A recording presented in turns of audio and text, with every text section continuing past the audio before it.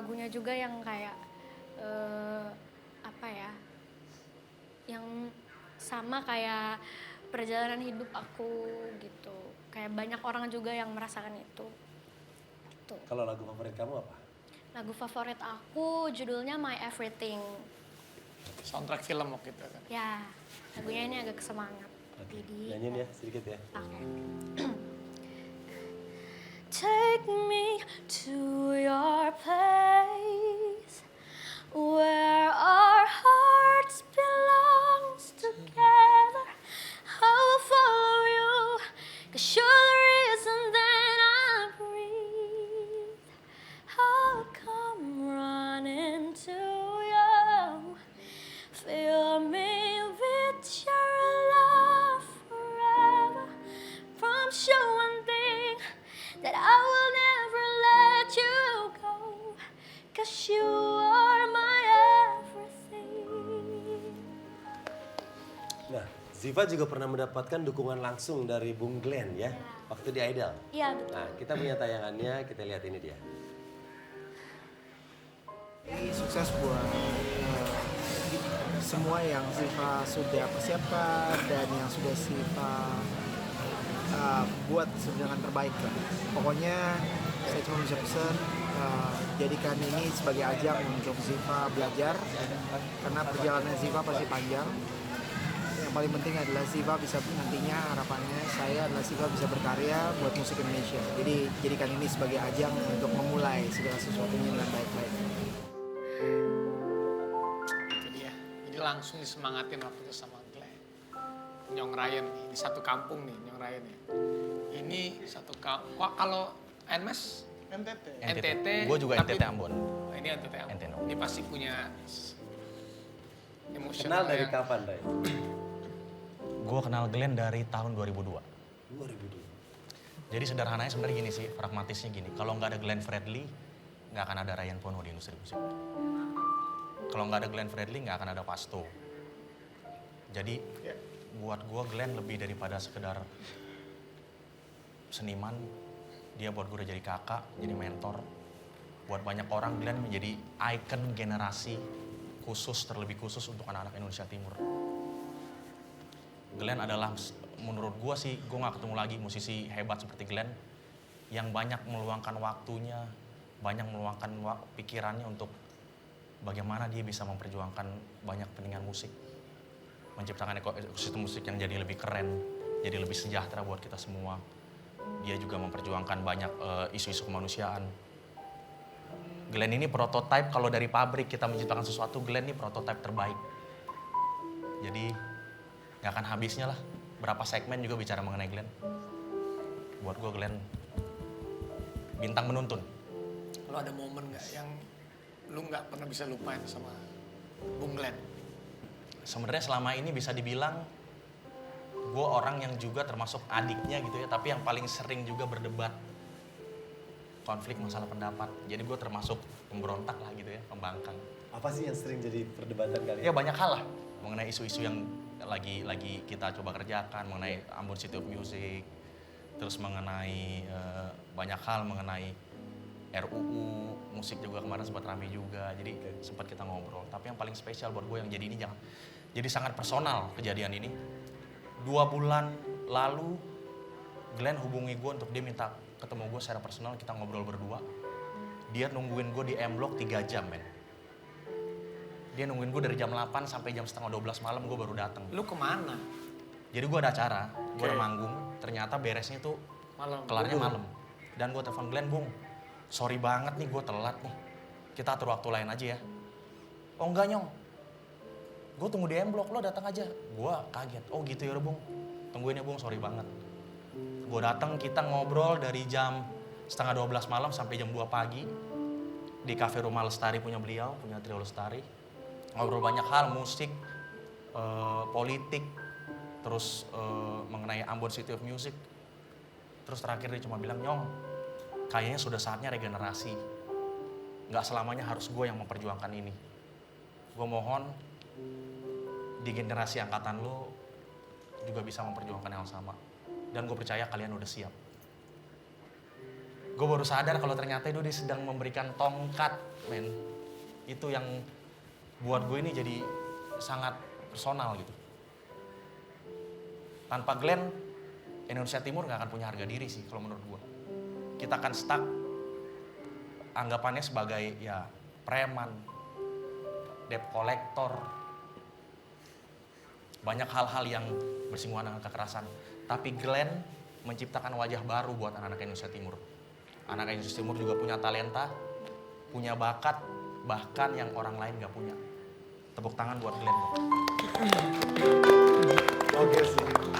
Selama lu cerita gue merinding dengarnya. Kelihatan banget betapa dekatnya kalian.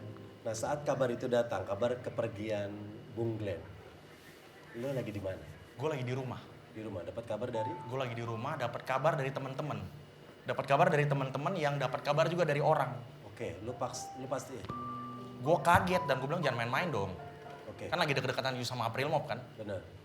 Gue langsung konfirmasi ke semua akses ring satunya Glenn, nggak ada yang nggak ada yang angkat. Oke. Akhirnya begitu gue lihat berita di sosial media dan akhirnya beberapa teman ngabarin, gue sampai hari ini masih memproses sebenarnya. Bener enggak? Wah masih kayak ini mimpi atau bukan gitu. Jadi kalau lihat lagu-lagu dia kayak dia masih ada gitu. Jadi di rumah gue cuman bengong, ntar kadang-kadang nangis. Mungkin berlebihan ya, tapi itu yang gue rasain sih. Dan gue yakin banyak orang rasain juga tentang itu. Oke, lagu favorit lo apa sih bro? Glenn ini musisi yang dia menuangkan segala satunya menjadi karya. Marah dia bikin karya, jatuh cinta dia bikin karya, kesel dia bikin karya. Dia nggak pernah ngomongin orang, nggak pernah jelek-jelekin orang. Jadi salah satu lagu ini ketika dia lagi bermasalah sama manajemennya waktu itu tahun 2007 atau 2008 kalau nggak salah. Dia bikin lagu ini Tega. Gokil, gue sampai tahu sedetail itu ya. Karena kita sempat satu manajemen kan Pasto dulu. Oke, Ya. siap. Pasto yang produserin album pertamanya ini Glenn Fredly. Itu semua orang pasti dengerin lagu Glenn dan itu pasti bisa relate sama apa yang dihadapin Benar. saat itu. Luar Dan biasa. ini adalah yang salah satu lagu yang sangat identik sama Glenn Fredly. ya. Betul. Nah semasa hidupnya juga Glenn Fredly ini sering membuat kolaborasi dengan Beberapa artis. ya. Dan lagunya semuanya ngetop dan ngebum. Oke, Banyak banget sih dulu sama Audi, Terpesona, terus iya. sama Yura Yunita juga. Terus ada sama yang terakhir gue sempat main gitar sama Gigi tuh iseng-iseng di Instagram. Lagu ini yang Mas Yofi, Tulus sama Glenn Fredly. Nah itu Adu Rayu. Bener, dan itu pertama kali dibawakan di TV, di RCTV. Ya, Oke, di Rising Star Indonesia. Kita lihat nih. Lagu itu juga mendapatkan penghargaan di AMI Award. betul. Oke, kita Itu- punya tayangannya nih. Vi. Ya, Kita lihat ya, ini dia. Ini dia. Adu Rayu. Aku yang dulu tak begitu lagi, takkan ku lagi. Jangan dulu engkau berbalik, beriku kesempatan. Aku ingin dirimu tetap jadi milikku. Bersamaku mulai hari baru, hilang ruang untuk cinta yang lain. Lupakan dia, pergi denganku. Lupakanlah ragu dengan kubu.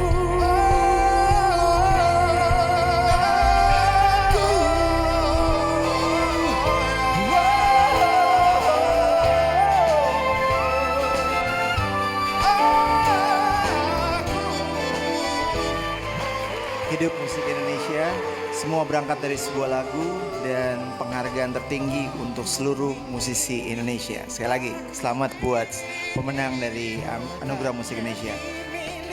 Hidup musik Indonesia.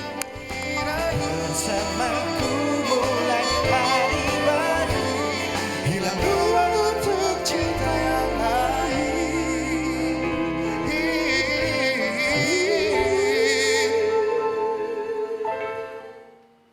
Wow. Luar biasa. Aduh, sedih juga sih kalau melihat Tayangan-tayangan itu ya.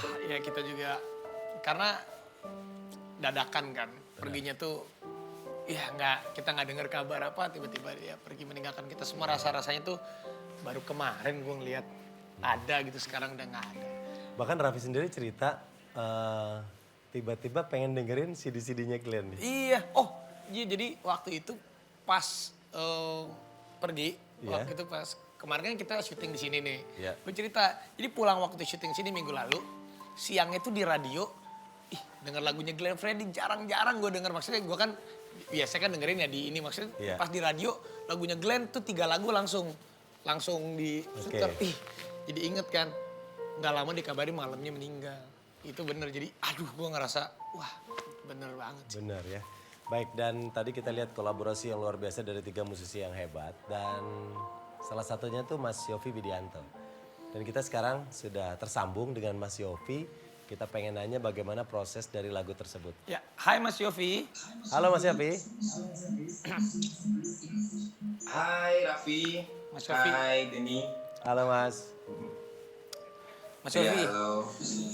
ini juga salah satu karya yang terakhir dinyanyikan sama Glenn, itu ciptaannya Mas Yovie yang Adu Rayu. Waktu itu kenapa Mas Yovie kok kepikiran, ini harus Glenn Fredly yang nyanyi dan Tulus? Apa yang ada di benaknya Mas Yovie waktu itu? Jadi sebenarnya ini berlanjut dari sebuah konser Inspirasi Cinta, konser tunggal bersama Yovenis Friends. Ya, Nah di sana itu memang Tulus juga tampil dan Glenn juga tampil. Lalu Glenn itu berulang kali ngomong menepuk bahu pas di acara mau konser. Dia bilang gini, Mas Yovie, kita harus ajak adik-adik kita buat sesuatu. Yang ngomongin soal Tulus dan sebagainya. Akhirnya pada waktu itu malah sebenarnya sudah direkam, tapi Glenn bilang, ayo udah bagus banget.